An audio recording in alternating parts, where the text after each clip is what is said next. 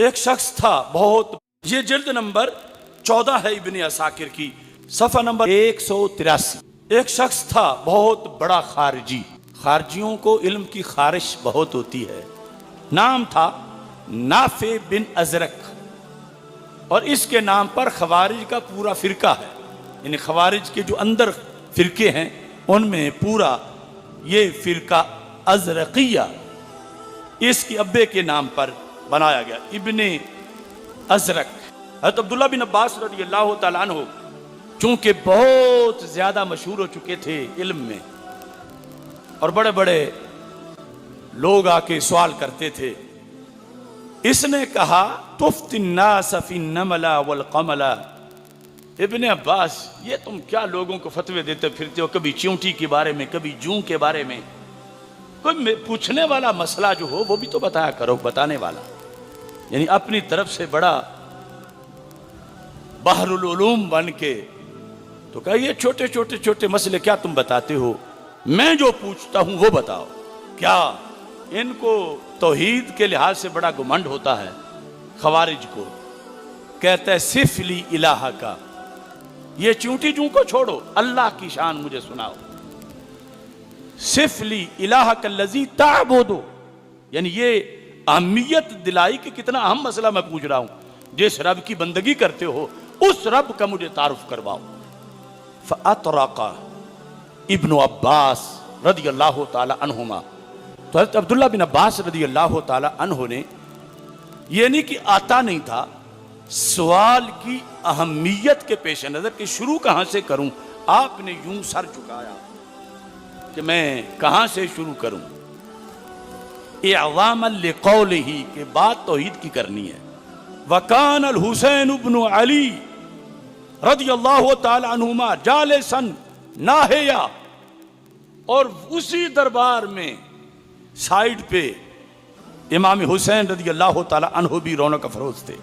فقال الی یا ابن الازرق، اے نافع بن ازرق میرے پاس آ، میں تجھے بتاتا ہوں۔ یہ ہے راہ جاتا سوال اپنی طرف متوجہ کر لینا۔ آج تو یہ ہے نا سب ایسے موقع پہ چپ سرکار بن جاتے ہیں، کیونکہ جڑا بولے ہوا کنڈا کھولے۔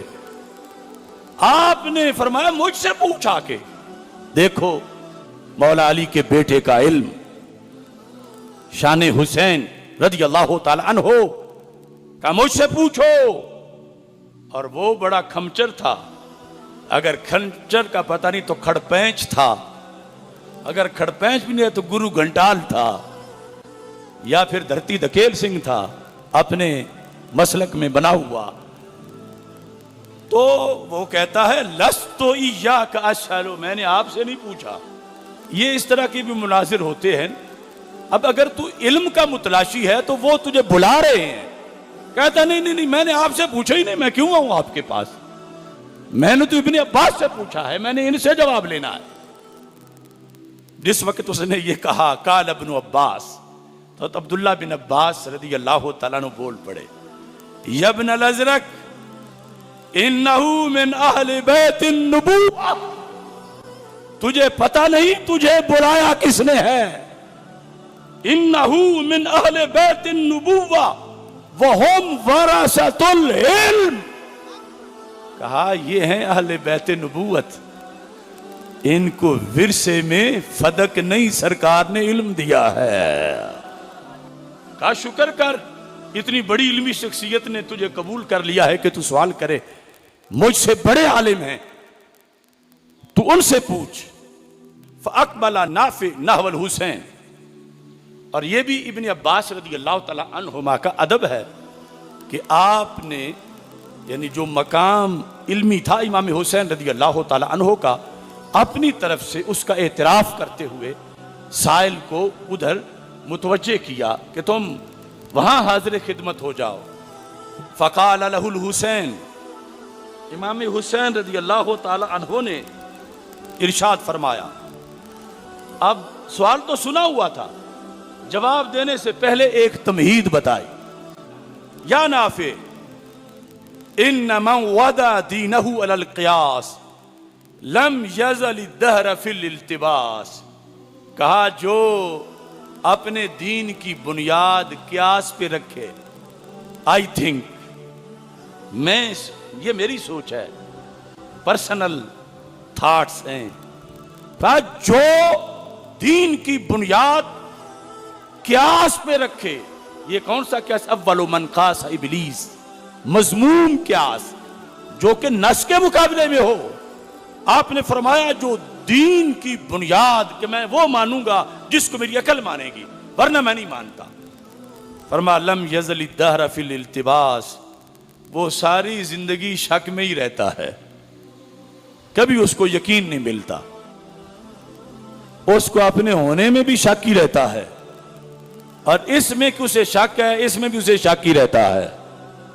تو کہا ذرا جواب سننا ہے تو تیاری کرو اپنی، میں تمہیں جواب بتانے لگا ہوں. اور ایسے ہی آپ نے چند جملے اور بھی بولے، میں اختصار کے لیے ان کو چھوڑ رہا ہوں.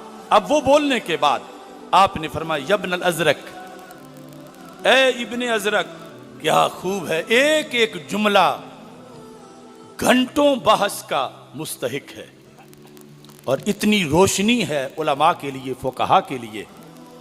فرمایا پہلا جملہ، آصف الہی بما وصف بہ نفسہ، میں رب کی وہی شان بیان کرتا ہوں جو رب نے خود اپنی شان بیان کی ہے. اور یہ ہم سب کے لیے ادب ہے. اور ساتھ کہا وَأُعَرِّفُهُ بِمَا عَرَّفَ بِهِ نَفْسَهُ، میں اللہ کی پہچان ان لفظوں سے جن لفظوں سے رب نے خود اپنی پہچان کرائی ہے. یہاں بھی آج کتنے بابے بے غسلے یا سالانہ غسل کرنے والے عارف بنے ہوئے ہیں کہ ہم معرفت والے ہیں، ہم معرفت والے ہیں، اور ان کالے لفظوں کے اندر معرفت نہیں، معرفت ہمیں پتا ہے. تو امام حسین رضی اللہ تعالی عنہ نے تو انہی لفظوں سے معرفت بتائی کہ میں اللہ کی پہچان قرآن و سنت سے، ان لفظوں سے جن سے خود رسول اکرم صلی اللہ علیہ وسلم نے اللہ تعالیٰ کے حدیث قدسی سے اور خود آیات میں جو معرفت ہے میں وہ بتاتا ہوں. آگے لا یدرک بالحواس، اگر تو چاہے نا کہ تیری آنکھ سے پتہ چل جائے کہ رب کیسا ہے، تیری قوت لامسہ، چھونے کی قوت، سونگنے کی قوت، سننے کی قوت، یہ قوتیں جو 5 تیرے پاس حواس ظاہرہ کی ہیں، ان کے ذریعے تجھے پتہ چل جائے. فرمایا پھر بس کر، لا یدرک بالحواس، وہ ذات ہی ایسی ہے کہ ہمارے 5 سینسز، حواس 5 سے کہیں بلند اس کی شان ہے. ہمارے پاس ایسے سورسز نہیں کہ جس کی بنیاد پر ہم اس کو پہچان سکیں. اور ساتھ کہا ولا یقاس بالناس، یہ بھی بہت بڑا سبق ہے توحید بیان کرنے کے لیے.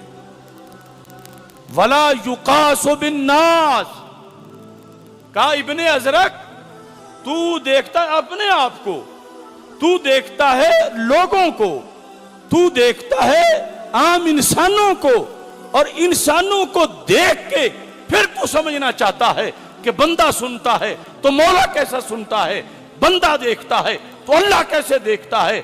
یہ تو جو ادراک لوگوں پر قیاس کر کے رب کی شان پہچاننا چاہتا ہے، تو یہ بھی دروازہ بند ہے، لوگوں پر اس کو قیاس نہیں کیا جا سکتا. ولا یقاس بالناس. تیسرے نمبر پر قریب غیر ملتصق، ہے شاہ رگ سے بھی قریب مگر کوئی چیز اس کو مس نہیں کر سکتی. یعنی اس کی ذات کے جسم سے پاک ہے، اس کے قرب میں التصاق نہیں، ایک چیز کا دوسری چیز کے ساتھ ملنا، کیونکہ یہ چیزیں التصاق والی جسمانیت میں ہوتی ہیں اور وہ جسم سے پاک ہے. اس کے باوجود کہ التصاق نہیں، یقیناً وہ قریب ہے. وبعید غیر منتقص، کہا وہ دور ہے مگر ایسی دوری کہ جس میں نقص نہیں. میں نے کہا تھا نا کہ ہر لفظ میں بڑی لمبی بحث ہے. ہم دور ہیں کسی سے، اس میں نقص ہے. دور ہیں لہذا پہنچنے میں وقت لگے گا. دور ہیں اس لیے جان نہیں سکے کہ ہوا کیا ہے. ہم دور تھے، ہمیں خبر نہیں ملی. ہم محتاج تھے کہ کوئی بتاتا تو پھر ہم پہنچتے. سواری ہوتی تو پھر آتے، اطلاع ہوتی تو پھر آتے. اگر صحت مند ہوتے تو پھر آتے، اگر مصروف نہ ہوتے تو پھر آتے. تو میرے حسین رضی اللہ تعالی عنہ نے کہا وہ بعید بھی ہے مگر ان سارے عیبوں سے پاک ہے. بعید ہو کے بھی قرب والی ساری برکتیں اور ساری قدرتیں قوتیں عطا فرما دیتا ہے. یوحد ولا یبعد. یہ جو معقولات میں اور علم کلام میں ہم توحید پڑھتے پڑھاتے ہیں اور ہم سمجھتے ہیں کہ شاید یہ بعد والے علماء نے سب کچھ تیار کیا ہے. اب امام حسین کی حسینیت بول رہی ہے. جو یہاں لکھا ہے توحید کا خطبہ یہ بھی ہر عالم کو دینا چاہیے کہ لوگوں میں تمہیں حسینی توحید سنانے لگا ہوں. یوحد، اسے ایک تو کہا جاتا ہے کہ وہ واحد ہے، اس کی توحید ہے، لیکن لا یبعد، اس کے اجزاء نہیں ہیں، اس کے ٹکڑے نہیں ہیں. چونکہ اجزاء اور ٹکڑے ہونا جسم کا تقاضا ہے، اور جو جسم ہو وہ مرکب ہوتا ہے، جو مرکب ہو وہ حادث ہوتا ہے، جو حادث ہو وہ فانی ہوتا ہے، اور جو فانی ہو وہ اللہ نہیں ہوتا. پھر پلٹ کے آتے ہیں معروف بالآیات. کہا اسے جاننا ہے تو آیات پڑھو، اسے جاننا ہے تو کائنات میں پھیلی ہوئی اس کی نشانیاں دیکھو. موصوف بالعلامات، لا الہ الا هو الکبیر المتعال. اب یہ میں بالکل شارٹ کر رہا ہوں. جب آپ نے توحید پڑھائی فبکا ابن الازرق، ابن ازرق رو پڑا. تو یہاں پر رو پڑا خارجی ابن ازرق رو پڑا، کہتا ہے یا حسین. خارجی کہتا ہے یا حسین ما احسن کلام، کیا انداز ہے، کیا علم ہے، کیا خوبصورت آپ نے توحید بیان کی. بخیل بڑا بنا ہوا تھا، لیکن امام حسین رضی اللہ تعالی عنہ کے علم کے سامنے بالآخر بخل دم توڑ گیا اور یہ اسے کہنا پڑا. اب جس وقت وہ اپنے لیول پہ آ چکا تھا تو امام حسین رضی اللہ تعالیٰ عنہ نے چڑھائی کی اس پر، اور یہ بھی اصول مناظرہ بیان کیا کہ کس طریقے سے بات کرنی ہے. اب چڑھائی کرتے ہوئے آپ نے اس پہ سوال کیا. آپ کہتے ہیں فقال له الحسین بلغنی انک تشہد علی ابی ولا اخی بالکفر وعلی، مجھے یہ بات پہنچی ہے کہ تم میرے ابا جان مولا علی رضی اللہ تعالی عنہ کی معاذ اللہ تکفیر کرتے ہو، انہیں تم کافر کہتے ہو. میرے بھائی جان امام حسن رضی اللہ تعالی عنہ کی معاذ اللہ تم تکفیر کرتے ہو اور میری بھی کرتے ہو. پھر حوصلہ دیکھیں امام حسین کا، یعنی اتنا بڑا دشمن جس نے کفر کا فتویٰ لگایا ہوا ہے، پھر بھی آتے ہوئے اس کو 2 گالیاں دے کے فارغ نہیں کیا، علم کے جام بھر بھر کے پلائے ہیں. اور اس کے بعد پھر جو مسئلہ تھا ادھر سے صرف نظر بھی نہیں کیا کہ کہتا ہے تو کہتا پھرے. آپ نے فرمایا اب شکنجے میں آیا ہے، کیوں کہتا ہے تو، کیوں تم نے کفر کا فتویٰ لگایا. اب اس نے جواب دیا. جواب کیا تھا؟ سب گول مول تھا، یعنی ایک پھنسا ہوا بندہ اپنی جان چھڑانا چاہتا تھا، اور امام حسین رضی اللہ تعالی عنہ اس سے حق منوانا چاہتے تھے. فقال له الحسین انی سائلک عن مسئلہ، اب میں تجھ سے مسئلہ پوچھتا ہوں. قال سل، اس نے کہا پوچھو. فسألہ عن ھذہ الآیہ، آپ نے اس آیت کا مسئلہ پوچھا جو آگے آ رہی ہے 16ویں پارے کے آغاز میں. وَأَمَّا الْجِدَارُ فَكَانَ لِغُلَامَيْنِ یتیمین فی المدینہ تھے، کہ دیوار تھی دو یتیموں کی شہر کے اندر اور گرنا چاہتی تھی. حضرت موسیٰ علیہ السلام اور خضر علیہ السلام کی طرف سے اس دیوار کے لحاظ سے اس کو سیدھا کر دیا گیا. جب دیوار کو سیدھا کیا تو آپ نے پوچھا کون تھا کہ جس کی وجہ سے یہ کام ہوا، کیوں دیوار کی حفاظت کی گئی؟ جو بتایا گیا کہ یہ بچے جو ہیں فکانا ابوہما صالحا، ان کے ابا جی صالح تھے اور ان کا خزانہ دیوار میں ہے، اور اگر یہ دیوار گر گئی تو چھوٹے ہوتے ہوئے گری تو خزانہ لٹ جائے گا، بڑے ہو جائیں تو خزانہ بچے بالغ ہونے کے بعد لیں.